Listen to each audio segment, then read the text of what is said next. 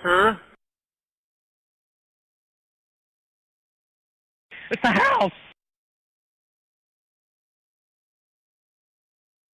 Hello and welcome. This is Gray Hughes of Gray Hughes Investigates on YouTube. This channel evaluates all aspects of true crime. As you are aware, videos and live streams in this genre often discuss elements of crime that may be disturbing to some viewers. If necessary, take the precautions needed to avoid these feelings. Factual information related to cases is the key to fostering rational true crime discussions. Fortunately, you will find that here. Please hit the like button only once, share the video, and subscribe if you like my content. Thank you very much for watching.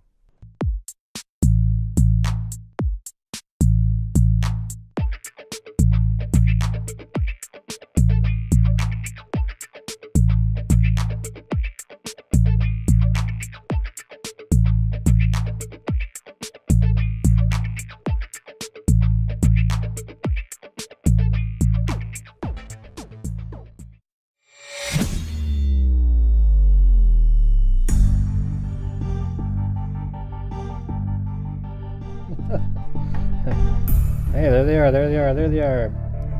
Not sure what's going on now, but what is going on? They're like that all day.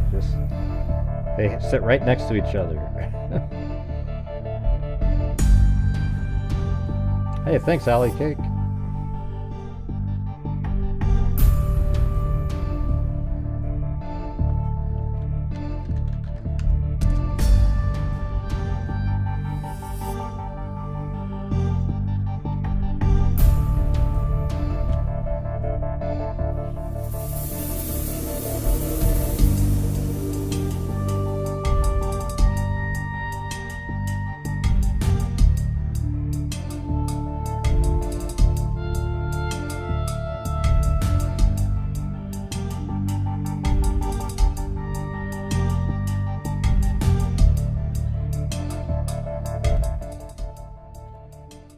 All right. Well, it's going to be kind of a busy evening tonight. We got to go over.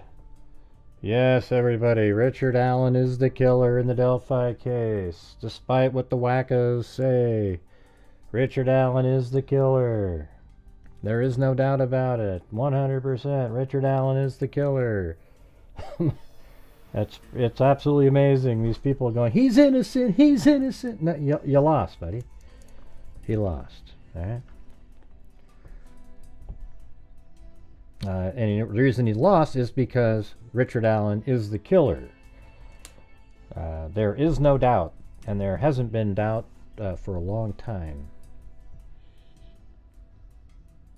Look at these weirdos, man. Just. I was filming him running around out in the regular part of the house with the other dogs. Yeah. Yeah, they just kind of, those two just love each other. It's amazing. They just hang out and, just. Oh, there you got shoved away. Do you see that? I don't know why you ever watch the Guilt Doubters. It's just hideous. Something is mentally wrong with those people. Thank you. It is Amy Darcy Marie joining the wave. Thank you.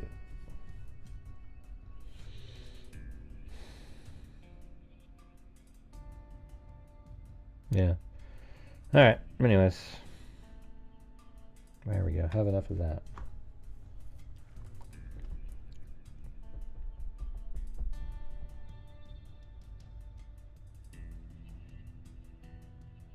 No, they're not siblings. And we've gone over that many times. They've known each other. They were born a month apart, though.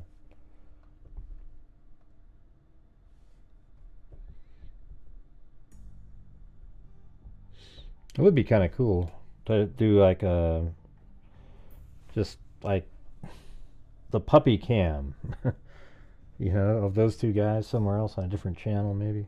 I don't know.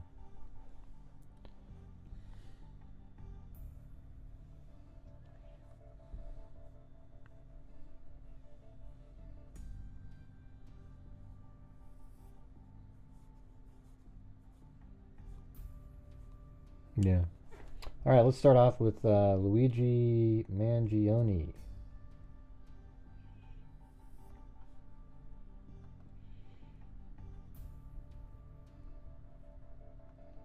There's a new document that came out, a federal document, and I think we're just going to go over the whole thing. It's 10 pages long, but I think we'll get a lot of information from it. There's images, different images that we hadn't really seen, like these here. All of the, well, you saw that one, but that's the one right as he's leaving. That must be when he's showing up. And that's obviously before he even has a bike in that picture.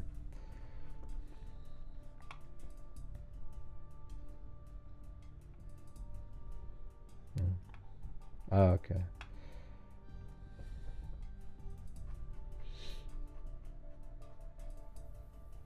All right, you guys ready?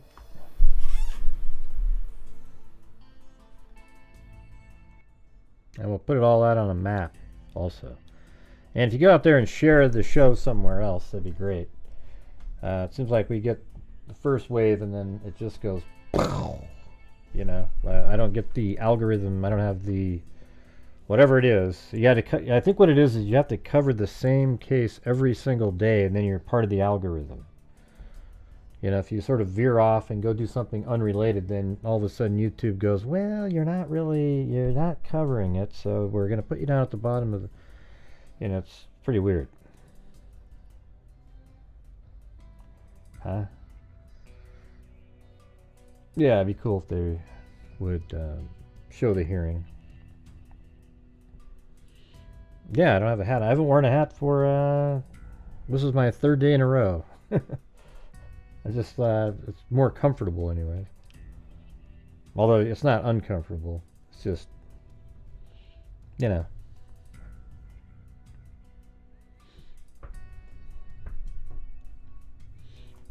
Alright, anyways, here we go.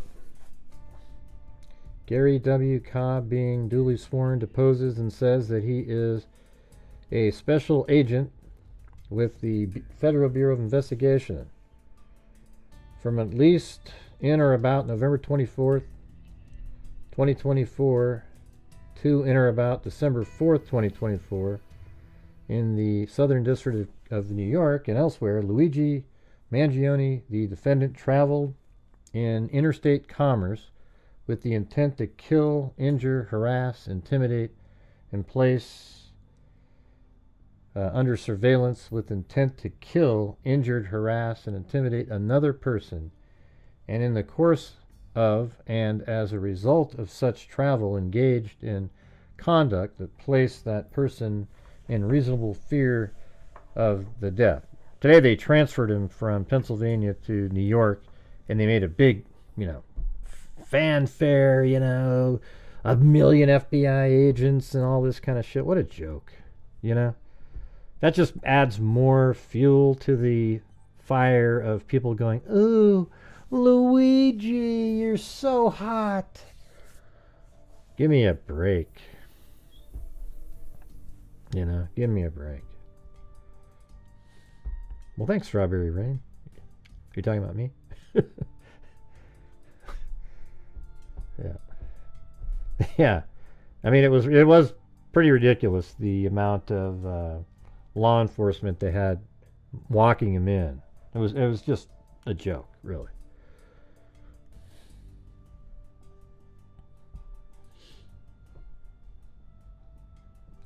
Let's see. Reasonable fear of death and serious bodily injury.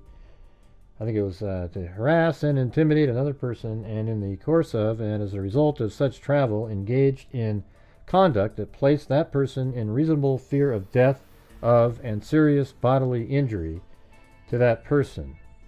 Okay, that's count 1, 2. I don't really want to go through the counts that much. They're just, you know.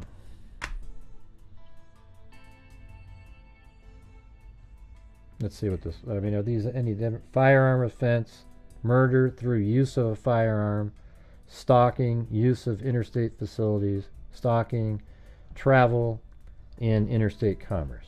So these are other federal charges. Alright, so let's, now I just want to go through this stuff here. I am Special Agent with the Federal Bureau of Investigation, and I am assigned to the FBI Violent Crimes Task Force. I have been personally involved in the investigation of the matter. This affidavit is based upon my conversations with other law enforcement officers by examination of documents obtained through a court-authorized search warrant. We review, let's see, where is this? My review of documents prepared by others, security camera, video, and my involvement in this investigation. Because this affidavit is being submitted for the limited purpose of establishing probable cause, it does not include all of the facts that I've learned during the course of my investigation. Well, that's too bad. Where the contents of the documents and the actions, statements, and conversations of others are reported herein, they are reported in substance and in part, except where otherwise indicated. So there's, they only have to put 51% or greater burden to get the probable cause. Based on my participation in this investigation, my conversations with other law enforcement officers, my review of documents prepared by others, and my review of security camera video, I have learned, among other things, the following. So here we go. On December 4th, that's the day of the shooting, at approximately 6:45 a.m., Brian Thompson, the victim, the chief executive officer of a nationwide health insurance company, was shot and killed by a masked assailant. The shooter, while walking on West 45th Street towards a hotel in Midtown Manhattan, the Midtown Hotel, where a company, let's see, Manhattan, the Midtown Hotel, where a company investor, let's see where that is. But maybe it wasn't in the same hotel, the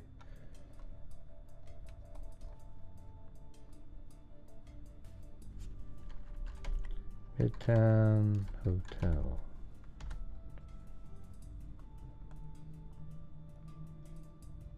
Okay. I don't know if there is one called that. Maybe they were just saying a Midtown Hotel. Is that what it said? I don't remember. No, it's called the Midtown Hotel.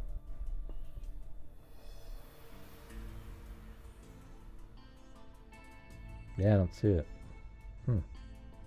Well, maybe that's it right there. No?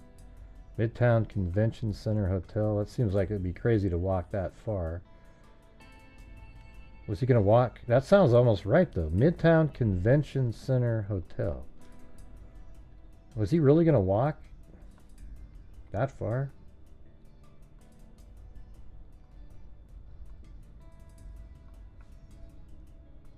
Yeah, it's only 1.6 miles. Maybe he wanted to get some exercise in. Yeah, I mean, that's pretty wild. So that's where he was supposed to have his... or I guess there's... Let's see where that is. Now it's further. Midtown West Hotel. But doesn't this sound right? Midtown Convention Center Hotel.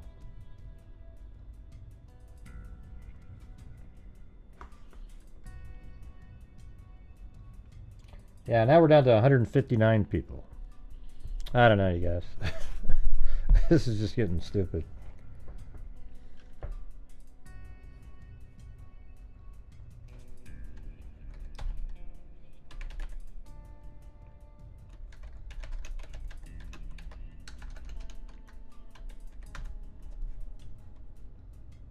Hotel in Midtown Manhattan.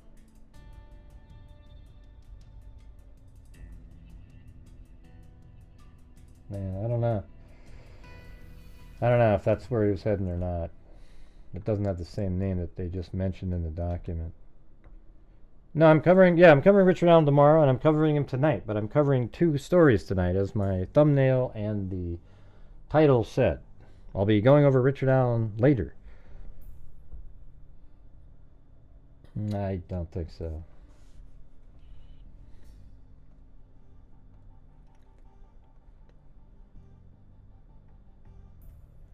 Okay, I guess it was some place called the Midtown Hotel, where a company investor conference was scheduled to begin at 8 a.m. As discussed below, the shooter was later identified as Luigi Mangione. The defendant's security camera video showed the shooter, who was wearing a gray backpack. The gray backpack come from between two parked cars, walks up behind the victim and shoots the victim in the leg and back outside of the Midtown Hotel entrance on West 54th Street. The firearm the shooter used appeared to have a sound compressing device or silencer attached to the front of its barrel. A still image from the security camera video of the shooting is provided below. Hey, thanks, Death by Chocolate.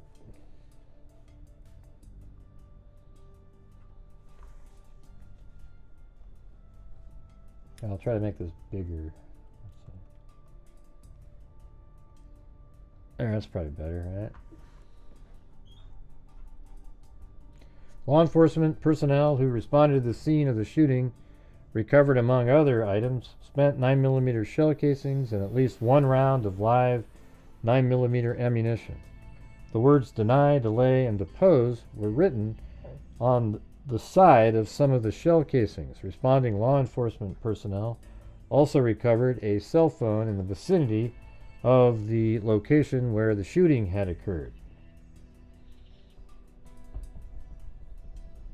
So they got a cell phone? Yeah, so I was in that alley, I think. Based on my participation in the investigation, my conversations with other law enforcement officers, my examination of documents obtained through a court-authorized search warrant, my review of documents prepared by others, and my review of security camera video, I know that over the course of the next several days, investigators retrieved and reviewed hundreds of hours of recordings from nearby security cameras to track the shooter's movements both before and after the murder. From that review, investigators were able to formulate the following timeline of the shooter's movements from November 24th up to and including December 4th, 2024.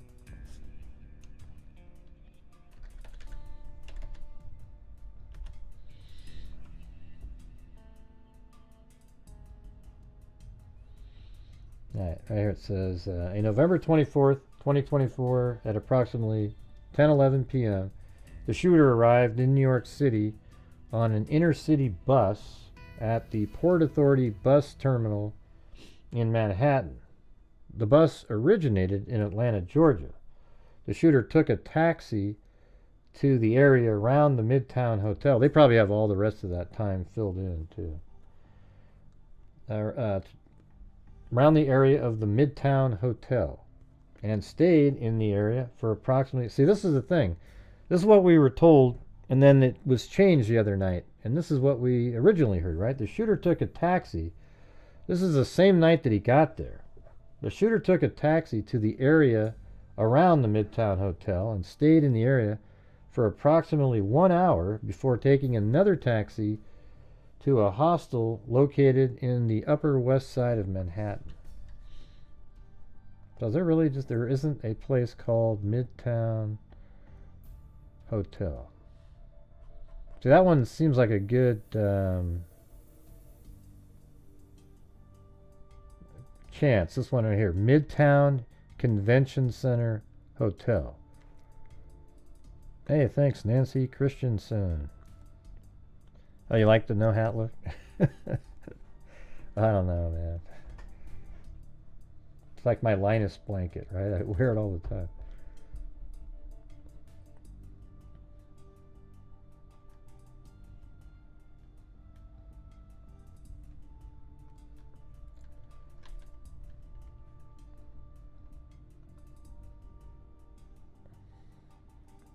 So, I mean, that is a convention center. And maybe he wanted to get in a walk. He left right at the right amount of time to get there before it started. So I don't think he was at the Hilton Hotel. I think he was probably at this one. What do you guys think? What do you think?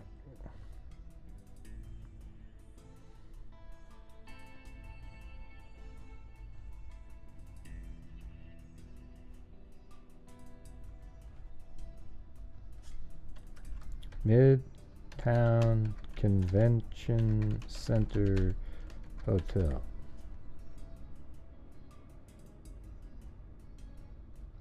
Yeah, it's all close to there. But so that wait, but why would he go there though? I guess that doesn't make any. I don't know. That's not where he shot him. I wonder if that one across the street. What's the name of this one? Right here. What's the name of that hotel? The one that I think Thompson was staying at. I know he was heading to a Midtown. Okay, that's the luxury.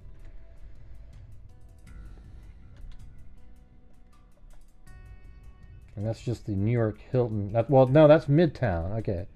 So there you go. Maybe that's it. New York Hilton Midtown. So it is the Hilton, man. It doesn't, it's not called Midtown Hotel. It's called Hilton Midtown. So I don't know where they're getting that information from, but okay, I think that's probably it.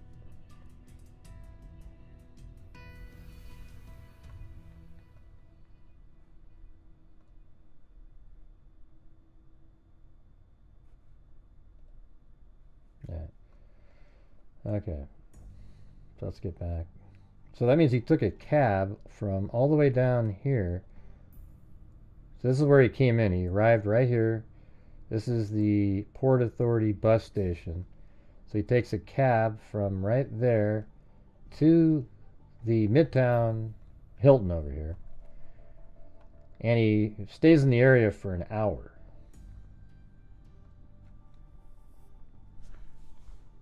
Ah, Jesus, that's not what I was looking for.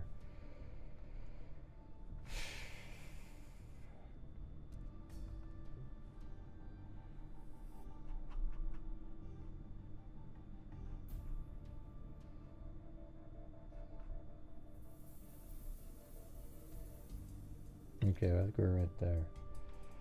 Sorry. So he went to, while walking on West 54th Street Hotel, Midtown, that's when he was shot. And then,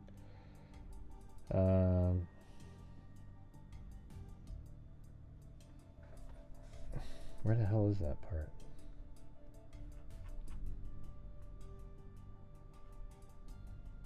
I'm just trying to find where he was. Hey, thanks. Herbert Landscaping. For all your landscaping needs. Okay, let's just start here again.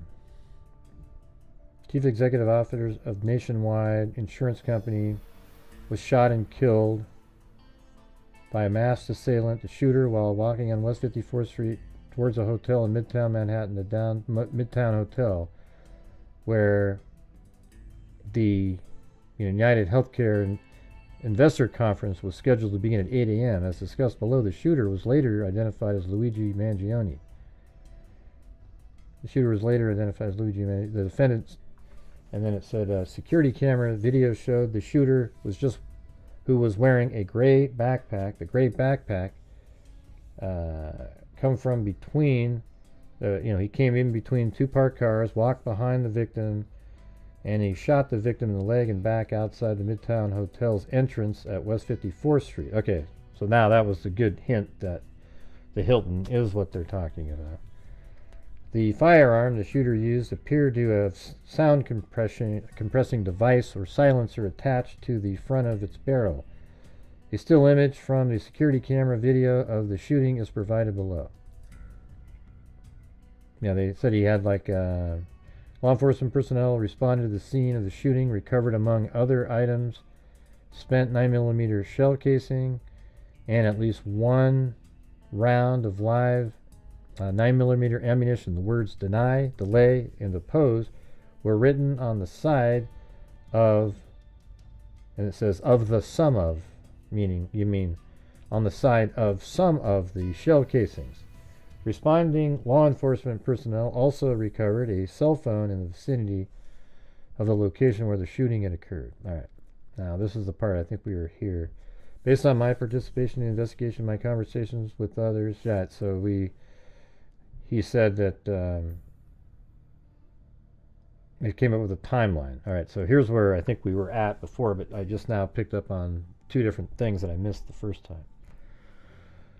All right, on November 24th, 2024, at approximately 10:11 p.m., the shooter arrived in New York City in an inner-city bus at the Port Authority bus terminal in Manhattan. The bus originated in Atlanta, Georgia. The shooter took a taxi to the area around the Midtown Hotel, so where the actual shooting took place 10 days later. He took a cab to that area, and he stayed in the area for approximately 1 hour before taking another taxi to a hostel located in Upper West Side Manhattan. And here is that. So that means he went from right here, took a cab, and then he walked around and just kind of surveilled this area for an hour. Then he took a cab from there and made his way up to I think the hostel is, yeah, it's right there. Okay, took a cab to there. Kind of interesting to see what he did for all those days, though. It's weird. The shooter registered at the hostel under the name Mark Rosario, and provided a false New Jersey driver's license as a form of identification. The false New Jersey ID, a photograph of the false New Jersey ID is provided below. There he is. God, he's just such a great guy, you know, just...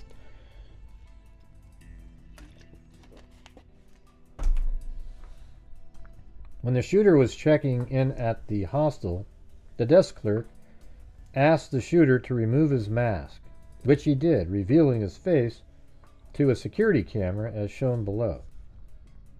That one here would be hard to tell that that's him.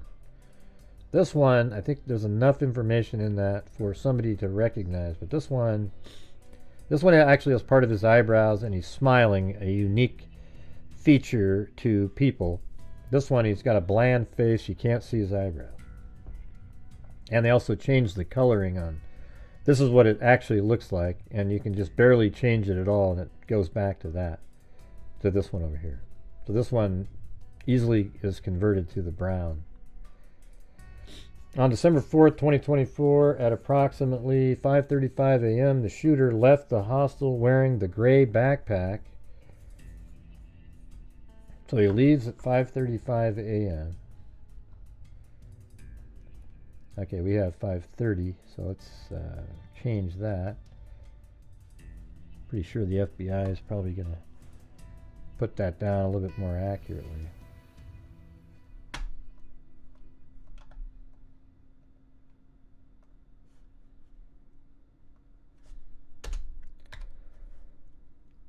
So he leaves the hostel at 5:35.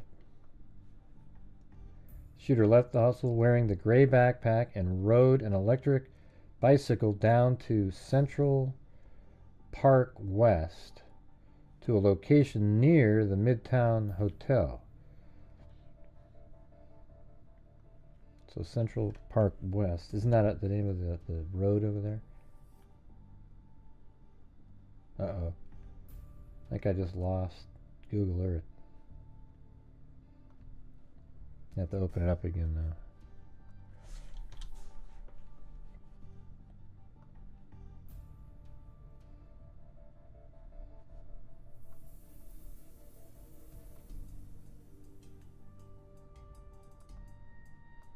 I don't know. It's encountered a problem. It needs to close. We're sorry for your inconvenience. Are you kidding me? I need to have that for building this out.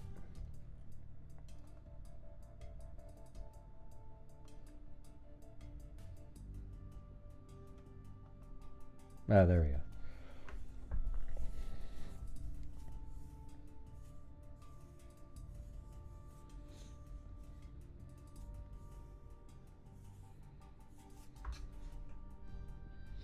Yeah, how dare he eat McDonald's? The whole corporate world and profits.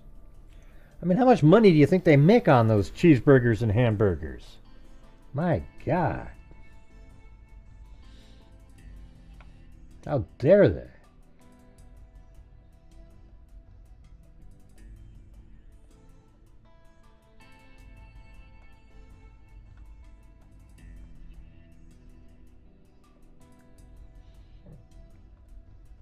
Okay, so Central Park West.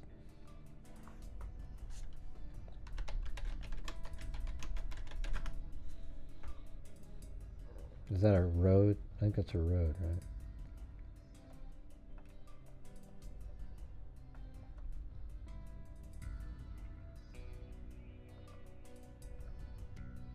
Yeah. So right there. So apparently, maybe on the way down, he just went from the hostel to here and then down Central Park West.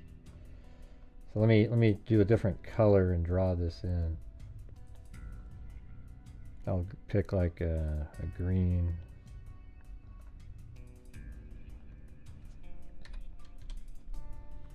Thanks, Speed Racer.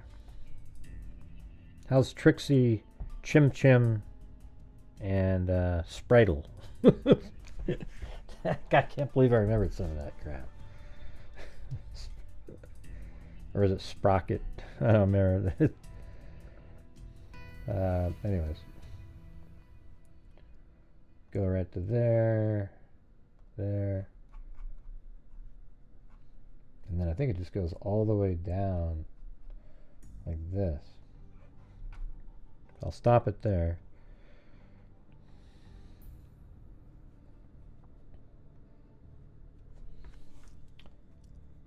The shooter left the hostel wearing the gray backpack. Location near Midtown.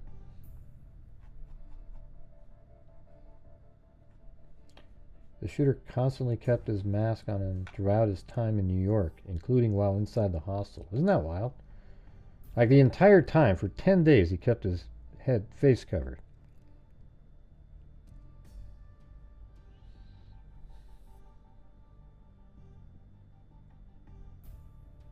I don't know what you're talking about.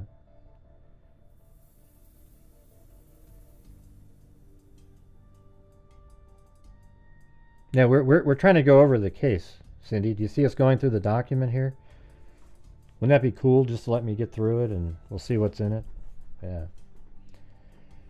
Anyways, the shooter left the hostel wearing the gray backpack and rode an electric bicycle down Central Park West to a location near the Midtown Hotel.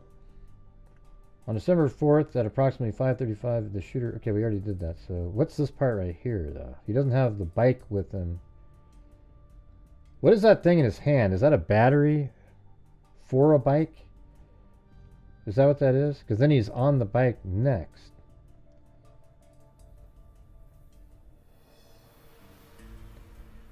At approximately 5:41 a.m., the shooter walked around the area of the Midtown Hotel. At one point, purchased items from a nearby coffee shop. Yeah, that's not accurate. They're sort of off here, you know. No, it was like 5:29. He was over at the Starbucks.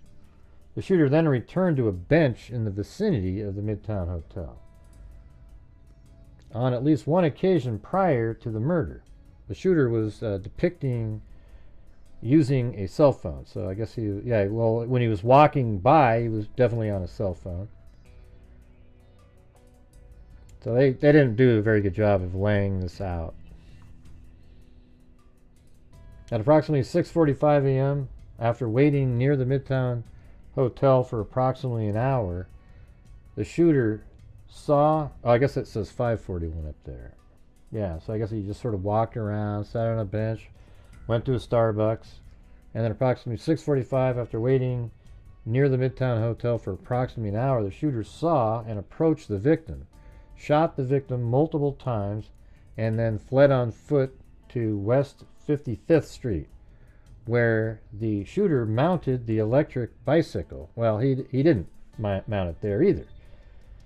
So that's why I just get frustrated with these types. So he didn't mount the bike on, let's see. Well, originally they had him going like this. So this is 55th.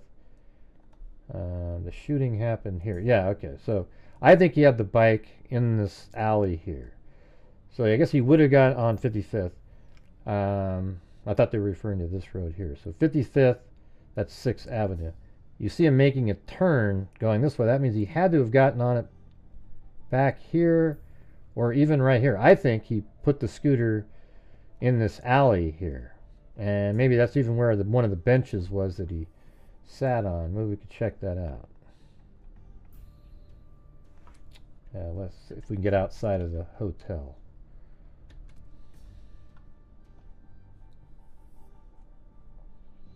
Cindy just likes to always tell people stuff that she knows before anybody else gets to say it. That's why she likes to know everything first. See all these benches and so forth over here? I think that's probably where he was hanging out. Maybe that too, you know, one of these, just sitting, waiting. And that is kind of where Fox News guy said that he was standing next to here. But that doesn't make sense because the shooting happened over here. To me, it makes more sense if he's over on this side, and then he kind of comes across and goes between, basically almost in the same spot, like two cars right here, and then gets behind Thompson and shoots him.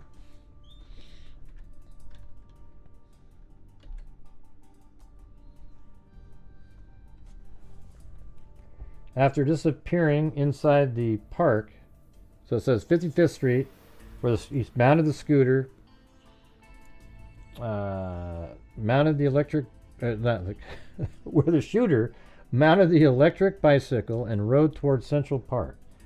After disappearing inside the park for a period of time, the shooter was captured on video again, exiting the park near West 77th Street and Central Park West, riding north. So let's see. The shooter was captured on video again, exiting the park near West 77th Street and Central Park West. So that is, I think we already have that. Isn't that right here? Yeah, so there's 77th Street. This is Central Park West. And this is kind of where this is the route that I have him going inside the park.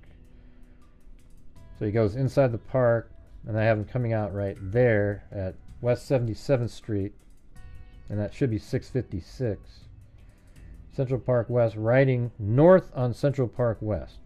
When he emerged from the park, the shooter was no longer carrying the gray backpack, as shown below, and we see that in the video where he's riding in front of that bus.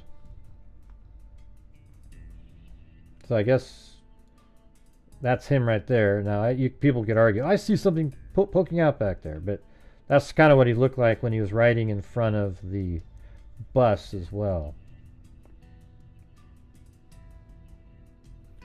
At approximately 6:58 a.m., security camera footage captured the shooter riding the electric bicycle near 85th Street and Columbus Avenue. 2 minutes later, at approximately 7 a.m., the shooter was captured on video walking near West 86th Street and Columbus Avenue without the electric bicycle. Well, they never showed us that image. So he comes out, he actually turns at 85th Street. So there it is right there. Approximately 6:58, security camera captures the shooter riding the electric bicycle near 85th Street. I just want to see if we can see where that exact thing is that's behind him. I mean, where is that? And that's 85th Street right there. I just don't know where that little structure is right there off to the left. I wonder if we should be able to see that from the air.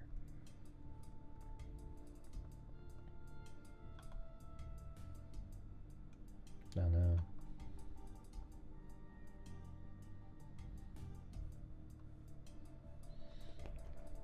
Okay. But he does turn right there on 85th.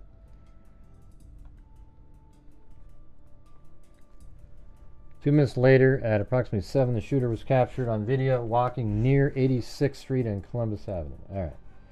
So let's put that on there. I think I already have that. Yeah, 86th and Columbus. So there he is. So he rides this way on a bike in front of the bus, like this. Then he gets rid of the bike somewhere around here, and then he's seen walking this direction.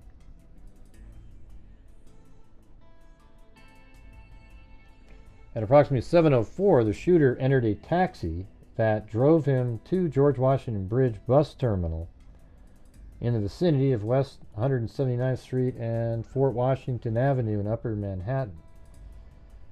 Hey, wow, look at that. Elaine Tolling, 49 months, hanging out here with the freaks. All right. The shooter's face was captured by a camera in the taxi as shown below. At approximately 7:30 a.m., video footage from the George Washington Bridge bus terminal captured the shooter entering the facility. No video footage showed the shooter leaving the bus terminal, suggesting that the shooter left New York City. But approximately 7:30 a.m. Right. So he went into that George Washington Bridge bus terminal. So 7:04. I have it mapped out kind of how I think he did that. So he got on the bus, the cab, right in this area at 7:04. And then he makes his way all the way up here. I almost think he did all this just to throw people off. He made it to there, and the bus terminal's here. They see him go into the terminal, but they don't see him leaving, so they thought he got on another bus and left. But it turns out he actually just took a city bus down back this direction to, well, let's just see what they say. I don't know. So at approximately 7:30 a.m., video footage from the George Washington Bridge bus terminal captured the shooter entering the facility. No video footage showed the shooter leaving the bus terminal, suggesting that the shooter left New York City. On or about December 6, 2024, law enforcement officers searching Central Park found a gray backpack matching the appearance of the gray backpack worn by the shooter as depicted below. So they actually found the backpack, and according to, and it seemed like it was proven, somebody that called the show, the backpack was found right in there, sort of below some steps there.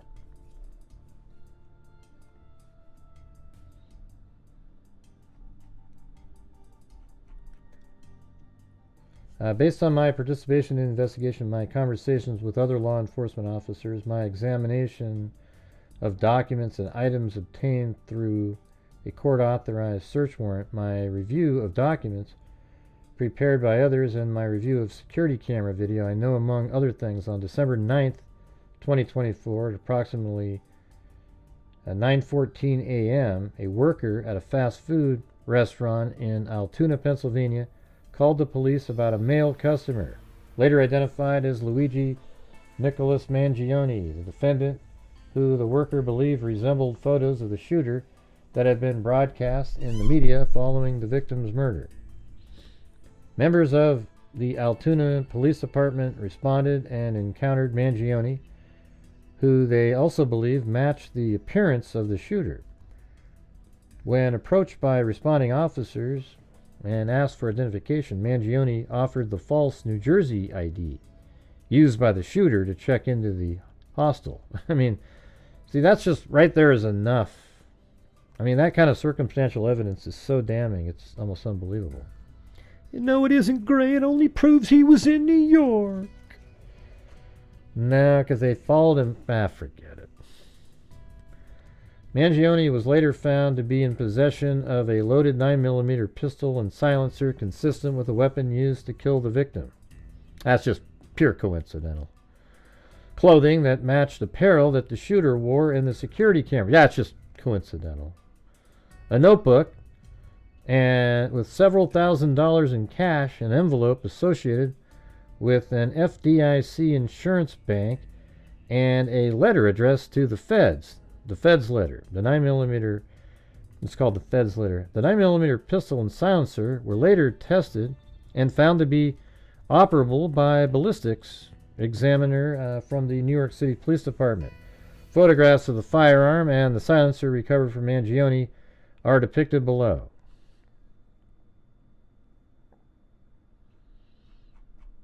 The notebook contains several handwritten pages that express hostility towards the health insurance industry. I mean, that's just pure coincidental. He was just writing an essay on how he hates the insurance company, but then he had the fake ID at the hostel right up the road, and then they see his face inside the hostel using that ID. Then he heads down, and he ends up killing the CEO, and then so stupid. There's literally, I think there's people out there. I mean, here's the thing. I don't know. Are there people out there that think he didn't do this, or are most of the people out there, they know he did it, they just support him because they think he's a hero for doing what he did? For example, the notebook contained the following statements. In an entry marked 8/15, August 15th, 2024, the notebook described how the details are finally coming together. And I'm glad, in a way, that I've procrastinated because it allowed me to learn more about United Healthcare. The notebook entry also stated that the target is insurance because it checks every box. So this guy did this for no personal animus, no sort of, anything at all. He just was like, hey, I'm going to go against the man. These guys check every box. I hadn't even decided on who, but man, I need to learn more about these insurance companies because this is what I've been looking for. Unbelievable. And by the way, you guys, while you're watching the show, if you feel like you like the way I do the show and want to support my channel, I would appreciate the support. If you don't and can't, that's fine too, but if you could hit that like button, I'd appreciate it.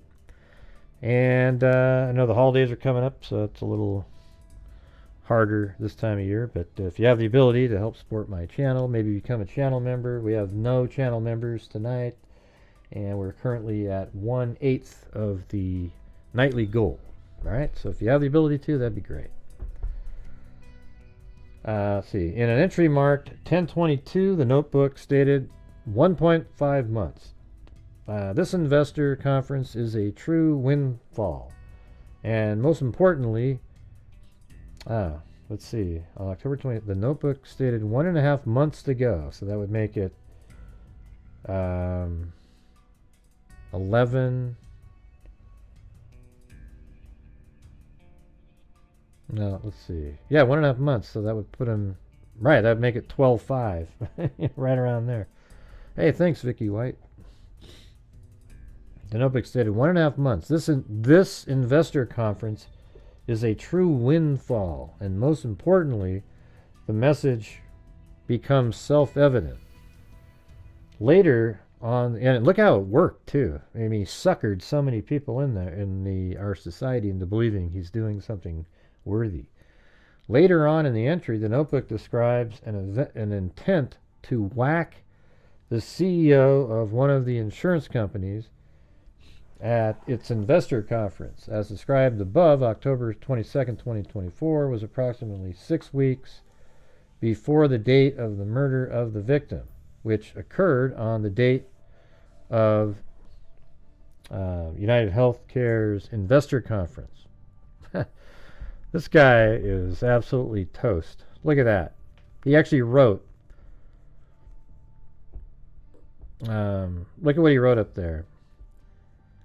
Yeah, man, 1.5 months. This investor conference is a true windfall. And most importantly, the message becomes self-evident. Later on in the entry, the notebook describes an intent to whack the CEO of one of the insurance companies at its investor conference.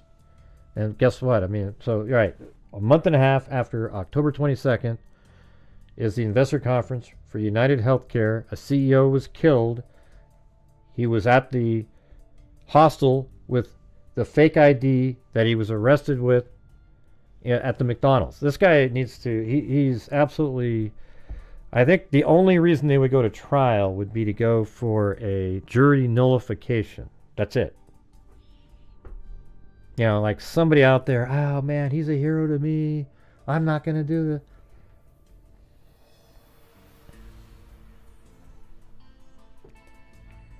Yeah. The Fed's letter recovered from Mangioni stated, "I wasn't working with anyone. This was fairly trivial. Some elementary social engineering, basic CAD, a lot of patience. Based on my own research, I believe that CAD refers to computer-aided design." The Fed's letter also stated, "P.S. You can check serial numbers to verify this is all self-funded. My own ATM withdrawals." Computer-aided design. The Fed's letter also stated, "P.S. You can check serial numbers to verify this is all self-funded. My own ATM withdrawals." I wonder why he's so adamant to keep saying that like it's just him.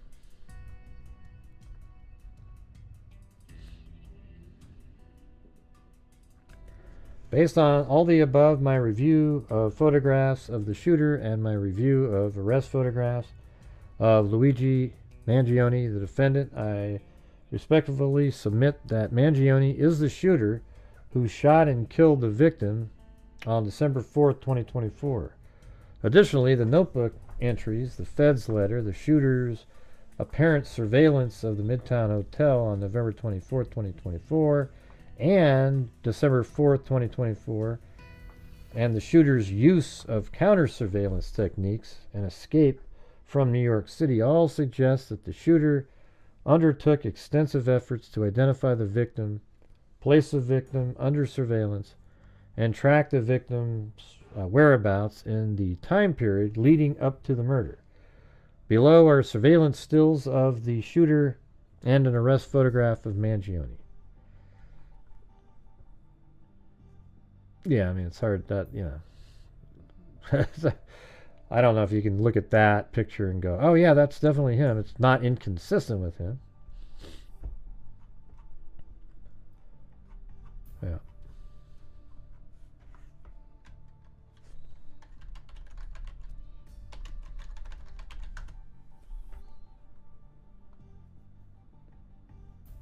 Yeah.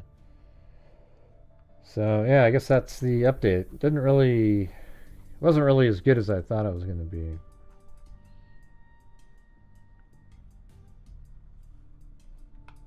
Yeah, so this is here. They should have added that they know now that he got on a bus at a different place. They could have put all that in there. Thanks, Vicky White up there. Yeah, and he was going to be left millions of dollars by his grandmother, but who cares? the guy's a psychopath, all right? And close to his psychopathy are the people who defend him, that are out there, worshiping Luigi Mangione. Your psychopathy is almost as bad as his. There, just a second.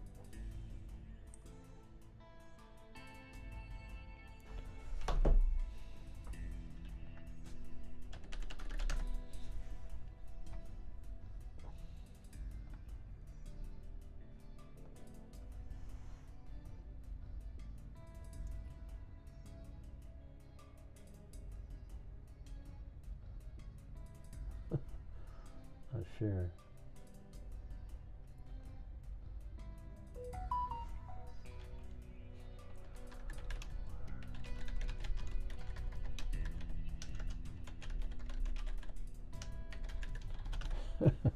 That was Tara sent me a text message.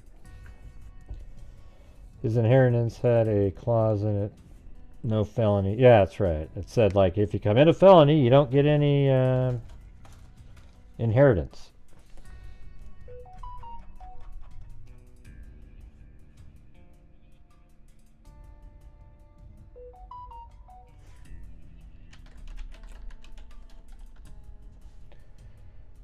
Thanks, Allie Cake. Alright, so that was it for that document. I don't know if there was these other ones that I found. Let me just glance through these.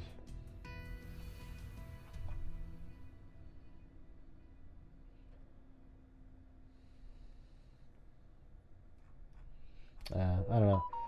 I guess we're gonna have to wait. I want to see the entire layout. They know exactly where he was at all times, but they don't have to put it all in there.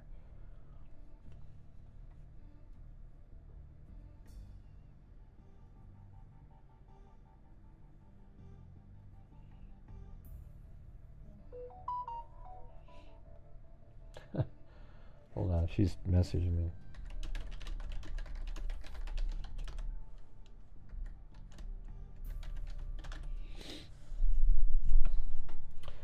We would have kept whacking people off. Huh? I don't know what that means. That doesn't sound right, Susie Clue. You're gonna have to change the wording on that one. Yeah, so that's the update on Mangioni. Plus they brought him in from Pennsylvania today as if he was Hannibal Lecter, you know. I mean, it was just absolutely ludicrous. The only thing they was missing was him sitting in a wheelchair and a face mask on. I mean, they had like, you know, the National Guard. Surprised they didn't bring some tanks in and put it in front of him. You know, maybe some, you know, people in full body armor. I mean, it was just the most ludicrous thing I've ever seen. They should have had him come in on an aircraft carrier, for God's sakes.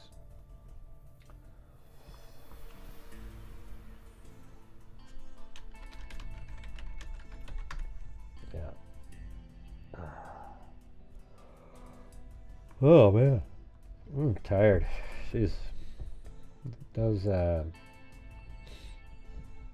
don't know what it is. Those dogs keep me doing stuff all day, busy doing shit. They always seem to poop, like in there. They poop on these pads that we got. But every once in a while, it always creatively poops up a little too high, and it always plops on the fence, and then I have to sit there and spend 10 minutes cleaning off the fence, and, you know, just...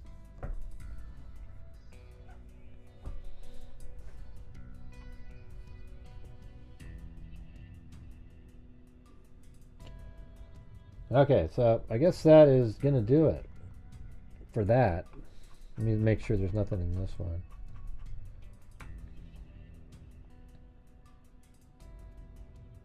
That's when he got him at McDonald's. I think we read that one already.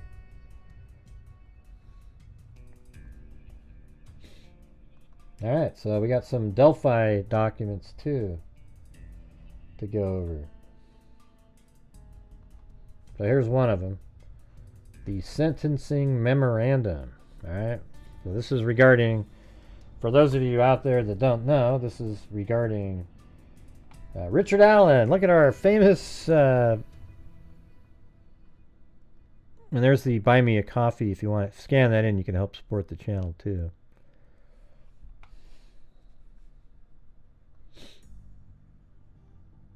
Let's see if I can remember this. I think I can.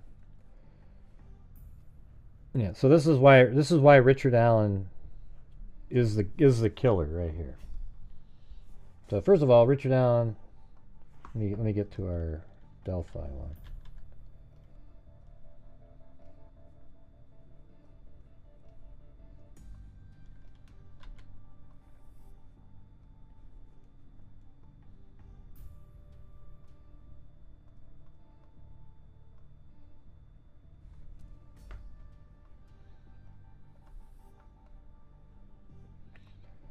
Yeah. So the three girls. There was four girls, but three of them were. Yes, tomorrow. Three of them were. Mentioned. You know, they were the ones that were interviewed by the police, but there was four girls, and they were over at these benches at 12:43, which is right there. Then, and they. By the way, they got there. There was a picture taken over here at 12:25. So that means when they walked all the way down here and then back this direction, they didn't see Richard Allen, but he claimed he got there in his second story years later. He claimed he got there at noon and left at, I think he said 1:30. which proves that he wasn't even there at that time either, because none of those girls saw him. So if we were just going to use Dan Doolin's information, Dan Doolin said that Richard Allen told him that he got there, and he put those in his notes and everything, at the time. He said he got there at 1:30, Richard Allen did, and that he left at 3:30. And then when he was subsequently arrested years later, he said that he got there at 12 and left at 1:30, right outside that range, which is suspicious in itself that he would just miraculously come up with a time frame just outside of that. But unfortunately for Richard Allen, those three girls, they walked the entire trail. And guess what? Betsy Blair also was on one of her first couple laps or loops that she did, and she also didn't see Richard Allen. She also didn't see the three girls, but maybe the three girls, maybe that's when Betsy Blair went down the 505 trail for a moment, and they walked by, they came by, they passed her and go to the bridge, and she's already going. So remember, Betsy Blair's route would be, she'd park here, I believe she would go to the bridge, then back this direction, and then down 505 partially, then come back up, then go to the Freedom Bridge, and then back to her car. So it could be that when, during the second time she looped, when the three girls were actually there, she may have gone to the bridge, came back, and went down this direction as those girls were coming in, and then they go to the bridge, and then Betsy Blair comes out, goes over to here, back this way, and then boom, then goes to the library to go to the bathroom.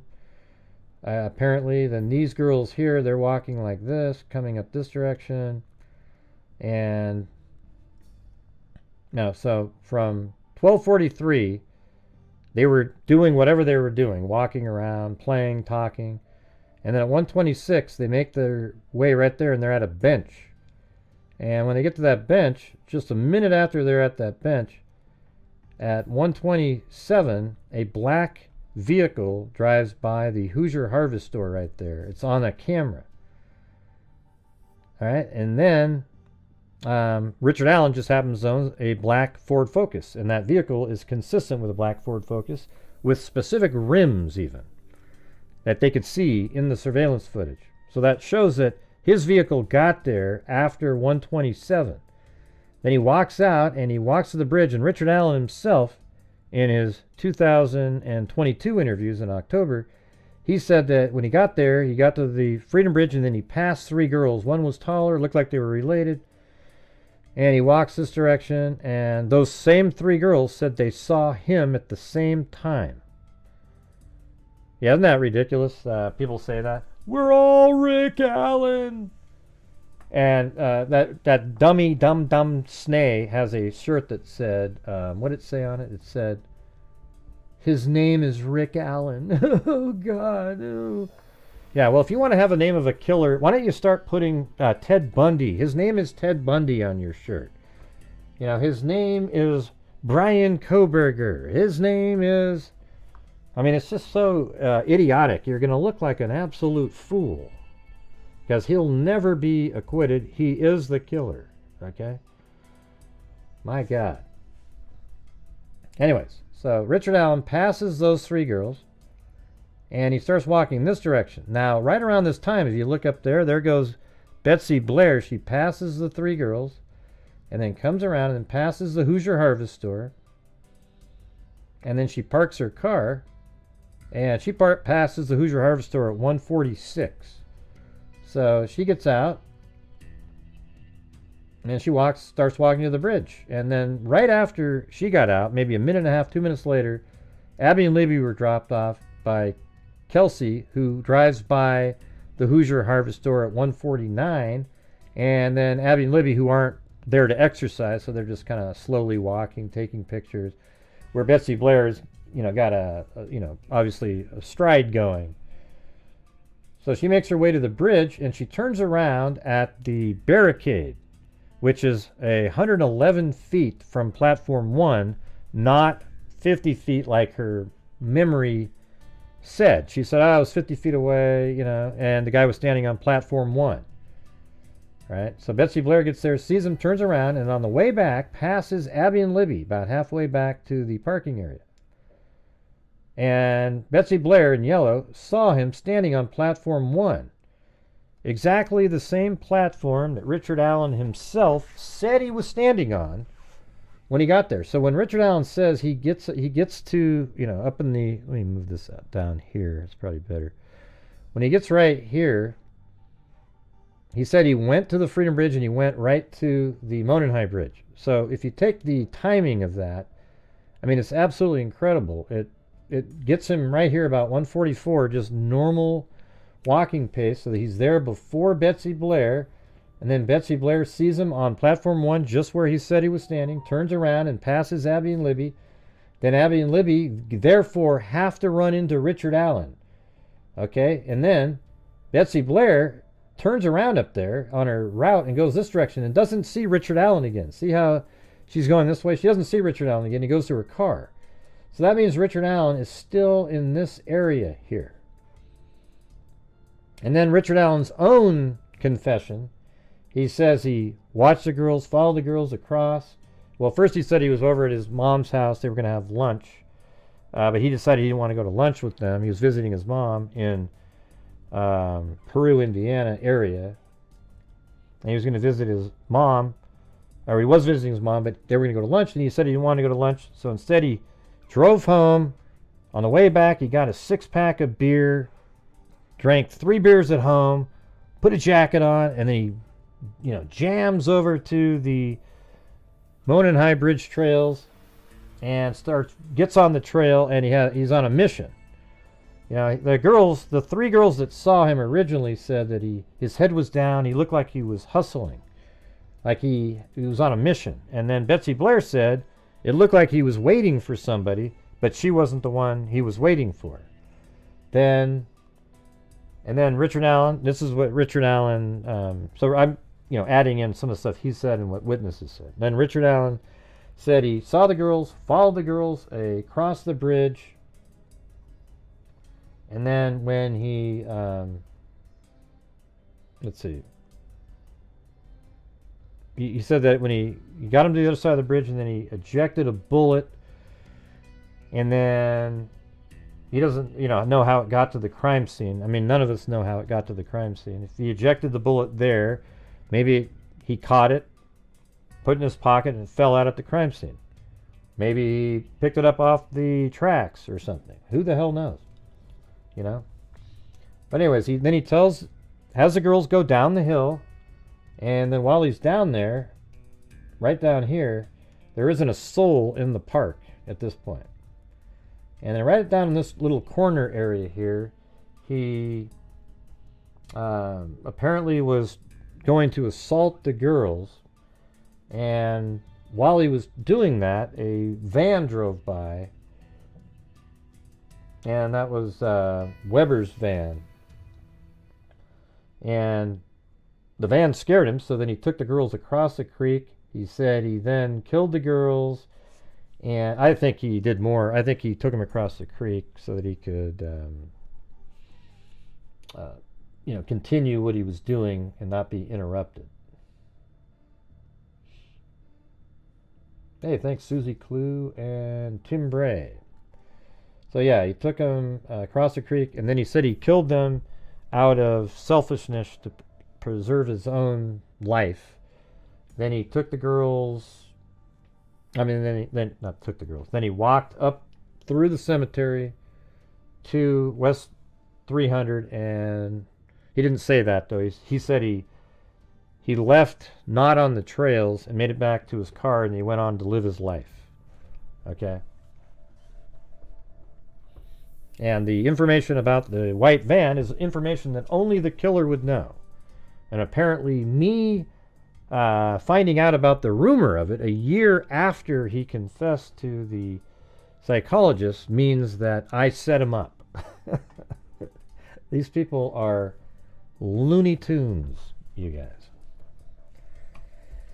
All right, so if you're out there and you have the ability to help support my channel, I would really appreciate it. We're currently at 1/6 of a nightly goal. I try to do these shows every single night, and you guys help support the channel, and I do the shows, and at the end of the month I try to give away a lot of funds to various true crime related charities. It also helps me do my shows, and you know, I can make an income doing the shows. All right, so if you have the ability to, I would appreciate it. Thank you.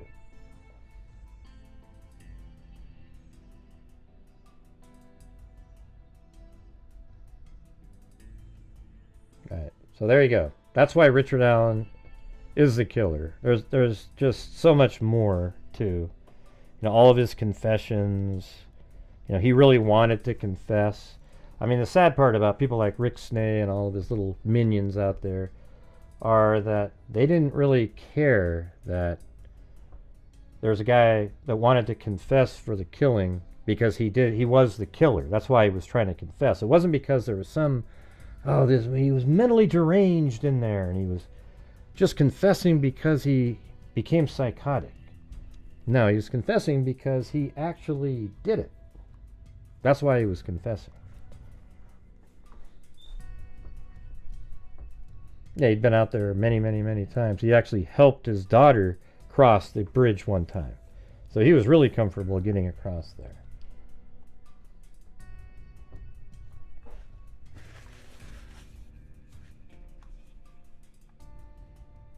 All right.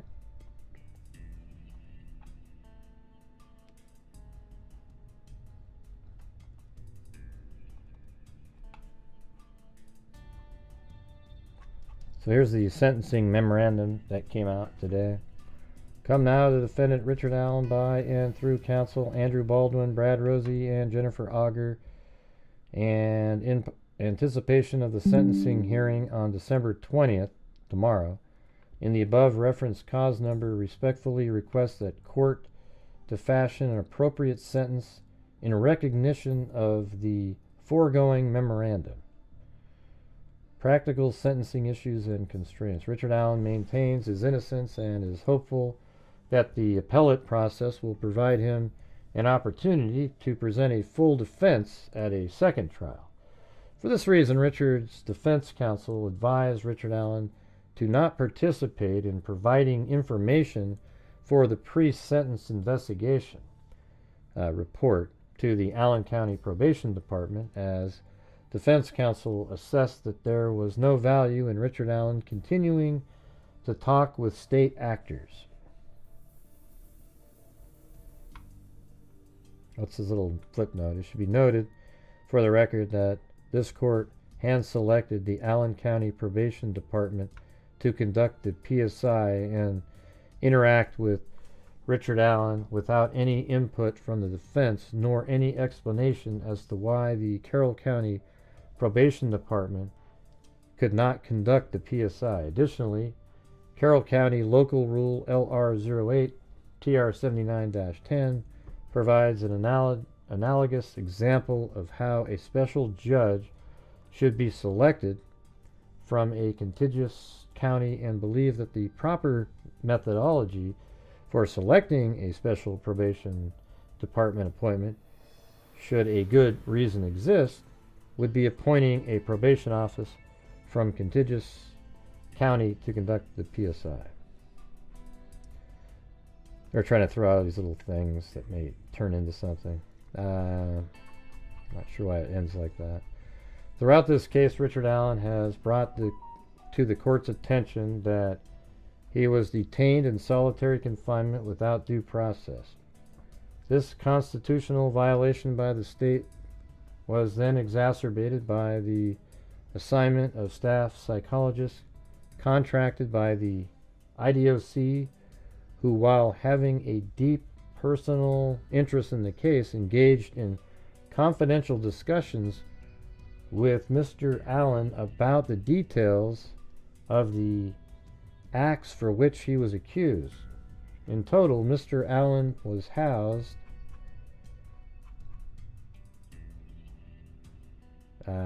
not sure what it says after that. Throughout this case, Richard Allen has brought, maybe that's where it is.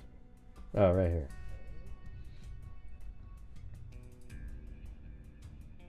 Was housed in 4 different jails or prisons during his detention without any input from himself or his appointed counsel.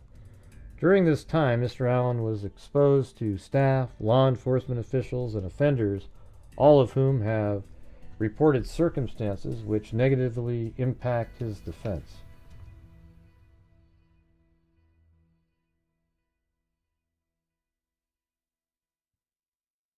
Are you guys not enjoying the show, or? Let's see. This is not the intended purpose of pretrial detention in our system of criminal justice. As a result of these constitutional violations, Richard Allen's defense team believes it has an obligation to protect him from the prospect of any further inappropriate contacts with state actors. Additionally, Richard Allen is 52 years old. Pursuant to IC 3550-2-3, Richard is facing 45 years, 130 years of imprisonment in the unlikely scenario that under IC 3550-2-2.2, this court would sentence Richard Allen to the mandatory minimum sentence and run the counts concurrently. On his best day, Richard Allen would receive 45-year mandatory prison sentence. With good time credit, this would amount to 33.75 actual years in prison. This means... Hey, can you guys hit the like button for me? I mean, I don't understand. Just hit the... If you could hit the like button, I'd appreciate it. We're just at 180 with 306 people watching. And as I said before, if you're able to help support the channel, we're currently only at 1/6 or 1/5 of a nightly goal. So if you have the ability to, that'd be great. We have 306 people. With good time credit, this would amount to 33.75 actual years in prison. This means that Richard, on his best day at sentencing, would be released from prison at 85 years of age.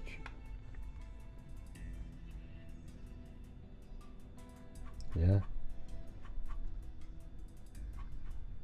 The practical reality is that unless this matter is reversed and retried, Richard Allen is likely facing the rest of his life in prison. Even on his best day at sentencing, Richard will be 85 years old upon his release. With these facts in mind, the defense advised Richard Allen to not participate in the pre-sentence process. Again, his continued interaction with state actors does not make sense, considering that a second trial may occur which would allow him to present a full defense. Meaning he wasn't allowed to present his Odinist theory, therefore it wasn't his full defense. The thing is, there is no defense for Richard Allen. You know why? Because he's the killer. And so if you want to sit there and pretend that these Odinists and all these other people had something to do with it, then, it wasn't allowed, because there was no evidence whatsoever that any of these Odinists were even anywhere near the crime scene. Oh, what about Fields, man? He was seen over by the... No, that you just want to claim that it was him because somebody said they saw somebody at 7 or 8 in the morning that may look sort of similar to him.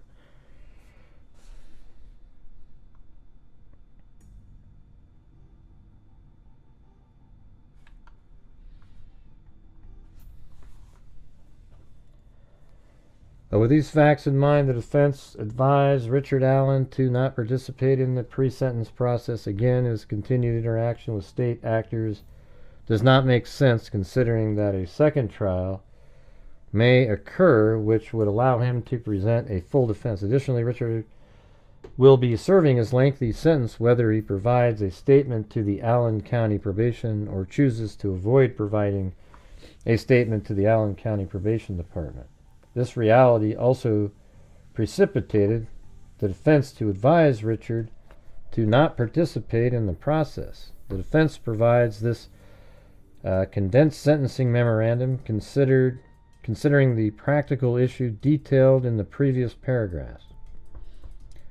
Double jeopardy prevents Mr. Allen from being sentenced on both his murder conviction and the felony murder conviction for Abigail Williams and Liberty German. Richard Allen was found guilty of count 1, felony murder, victim 1, count 2, felony murder, victim 2, count 3, murder, victim 1, and count 4, murder, victim 2. However, the jury convicted Mr. Allen of both the murder and felony murder. Right, because he abducted the girls and he killed them, so it's both of them. An individual cannot be convicted and sentenced for both murder and felony murder where only one killing took place. Yeah, I mean, I could sort of see that. It's the same. It's like there were two options. So what? I mean, they both have life imprisonment without parole.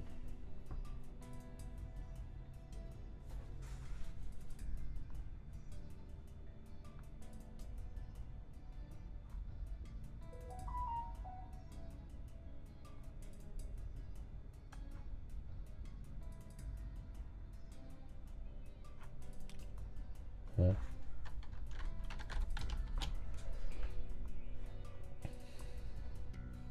All right. Therefore, Mr. Allen requests the court vacate his convictions for felony murder and enter judgment solely on count 3 and 4. Yeah, so 1 and 2 were felony murder first, for both victims, and 3 and 4 for both victims. Richard Allen has no prior criminal history, and he maintains his innocence on this charge. Richard's lack of any prior criminal history is a mitigating factor. Thanks, Allie Cake. Appreciate it. Richard Allen was the main breadwinner for the household before he was arrested and sent to Westville Prison without a hearing or attorneys present. His imprisonment has created and will continue to create a hardship on his wife of 30 years, Kathy Allen. Richard Allen served in the United States Army National Guard for 10 years, having enlisted when he was in high school. Richard Allen has a long history of mental illness, having been treated for major depressive disorder and anxiety disorder throughout his life. His health condition was corroborated by the records of the IDOC created during intake process and the Reception Diagnostic Center, and again through the records. I think it's down here. And again through the records created by the assigned mental health providers at the prison, as well as the independent neurological exam results generated by Dr. Polly Westcott. These records were introduced as evidence at various phases during the trial, and therefore the defense requests that this court take judicial notice of the same. The defense would further request that the court acknowledge the legitimacy of his mental health condition in the guilty plea and sentencing order. So the IDOC is on formal notice of his condition when a determination is made as to how and where to confine Mr. Allen while his appeal pens.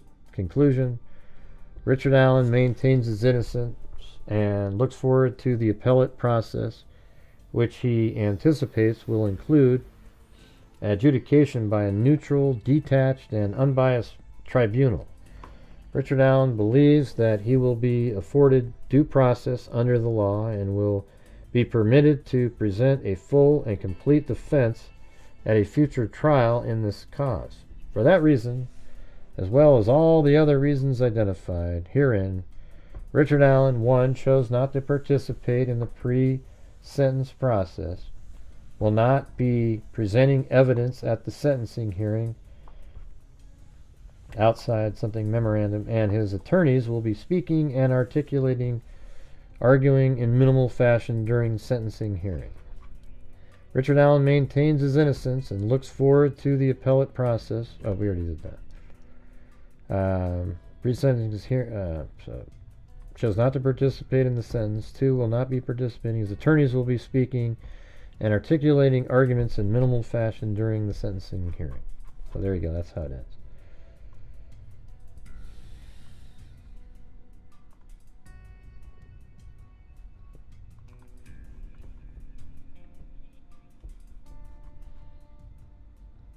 Yeah, so there was something else they filed today.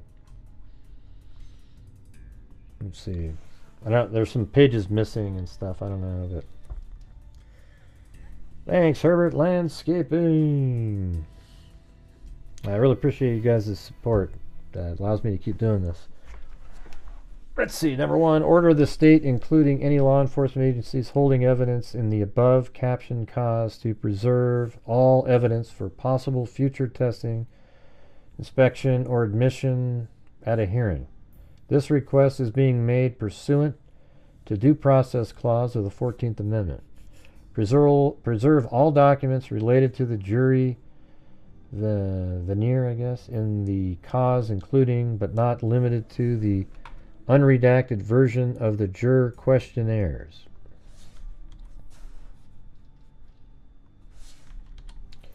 This request is being made pursuant to Indiana Jury Rule 10, which excludes jury questionnaires from being publicly accessible, but contains no limitation on the party's right to obtain juror information.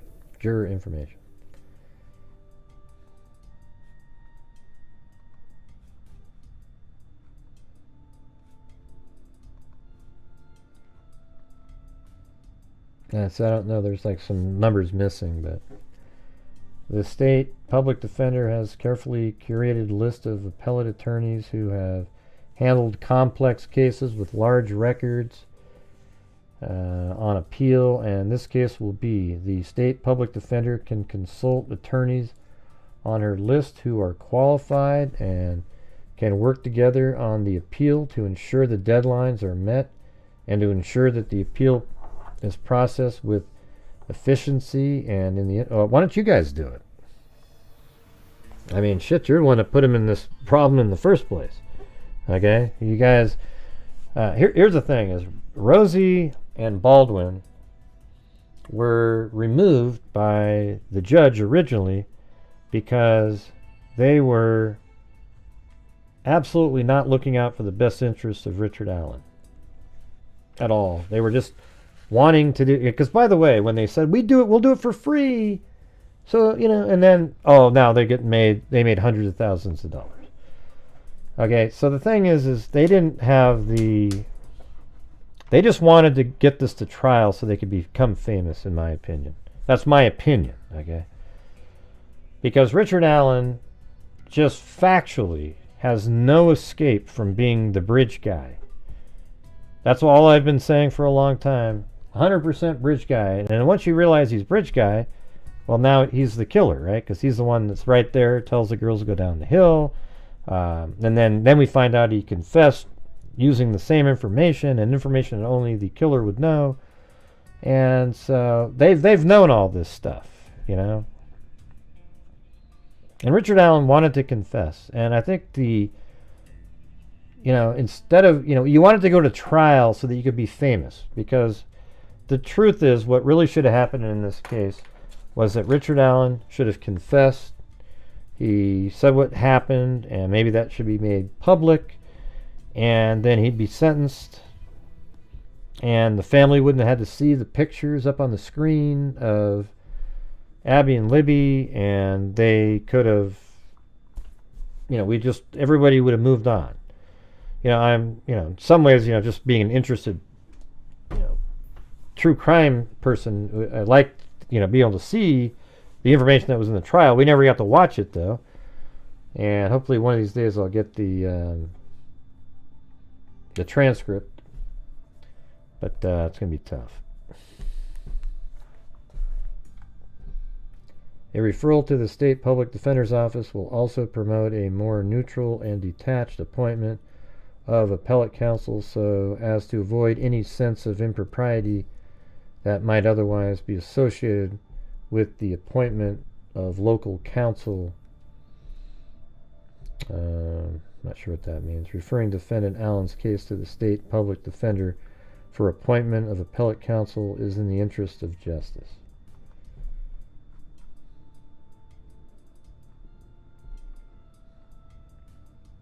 Motion to refer to State Public Defender for appointment of appellate counsel. All right, so why aren't you guys doing it? Now you're passing the buck to. I know they're more specialized, but hopefully you're working with the appellate attorneys, right? Because you guys are so convinced. I bet when the appellate attorney sees the information, they're going to go, Jesus, man, why'd they even let you go through a trial here?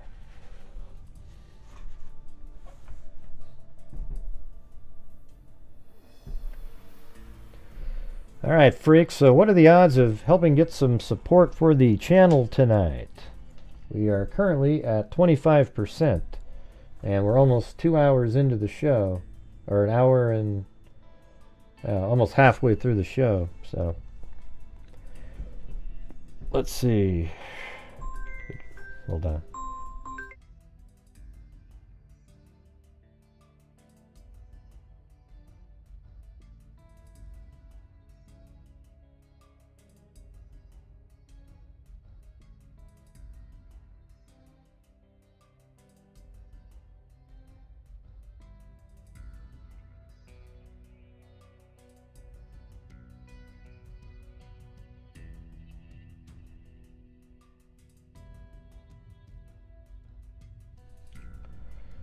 All right.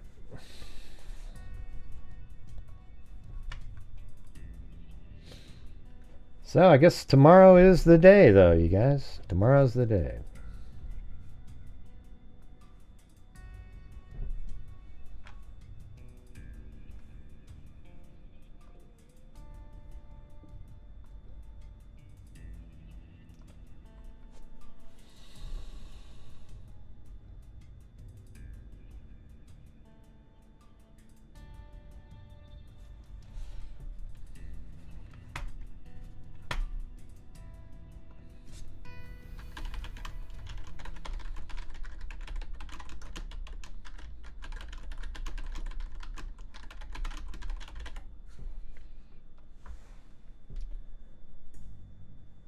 I don't know what these guys are talking about. Hey, thanks, Tim Bray. Yeah. I don't know. I guess tonight's just one of those nights.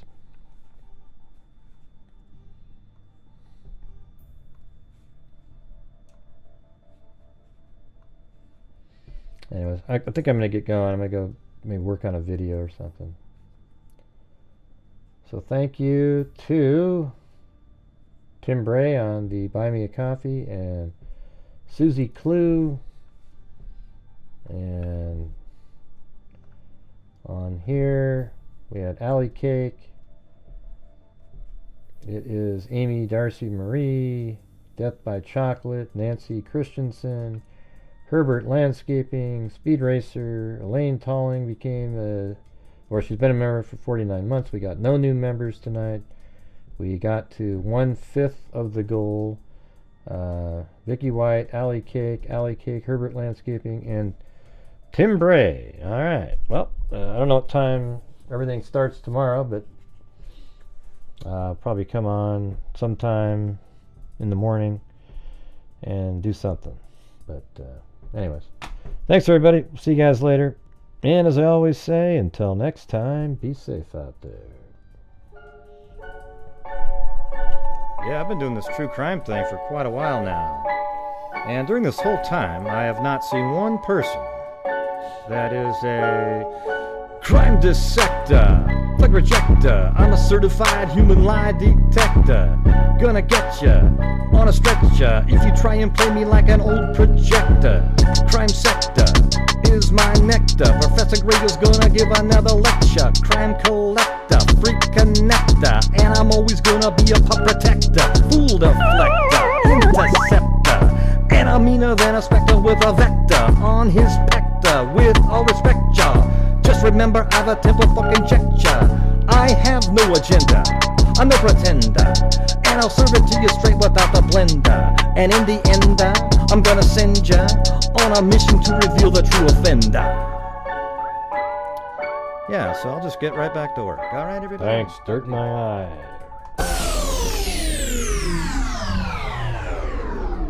Correct.